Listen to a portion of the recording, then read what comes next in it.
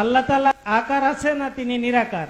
আকার শব্দটা আল্লাহর ক্ষেত্রে ব্যবহার হয়নি, নিরাকারটাও নয়।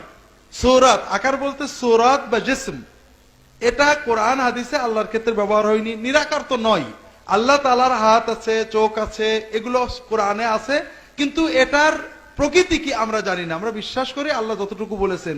তবে আকার আর নিরাকার এই দুটো শব্দ কোনোটাই আমাদের ব্যবহার করে আল্লাহ আল্লাহর মতো। জি, নিরাকার তো মাখলুক, পানি কি বলে বাতাস নিরাকার, কিন্তু আল্লাহ তোর বাতাসের মতো না। জি, আল্লাহ তাআলা কি সব স্থানেই বিদ্যমান নাকি নির্দিষ্ট একটি স্থানে বিদ্যমান? আল্লাহ তাআলা সর্বস্থানে বিদ্যমান, এটা কোরআন হাদিসে কোথাও নেই। আমাদের ইমাম আবু হানিফা, ইমাম আবু ইউসুফ তারা এই কথাকেও বললে তাকে দুর্রা মারতেন, শাস্তি দিতেন।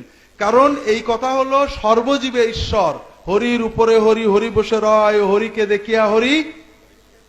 এই কথা যে ওই সাপ হরি, ব্যাঙ হরি, পদ্মপাতা হরি, পানিও হরি, এই কথারই একটা প্রকাশ হলো সর্বত্র বিরাজমান। তার মানে মাছির মাথার ভিতরে, বাথরুম নিচে, সমুদ্রের নিচে, মাছের ভিতরে না। আল্লাহ তাআলা কোরআনে বারবার রিপিটেডলি বলেছেন আল্লাহ আরশের ঊর্ধ্বে আছেন। আল্লাহর সৃষ্টির শেষ হলো আরশ, আল্লাহ তারও ঊর্ধ্বে আছেন, বান্দার কাছে আছেন। এই নৈকট্য আল্লাহ জানেন, তবে তিনি বান্দার কাছে, তিনি আরশের ঊর্ধ্বে। জি।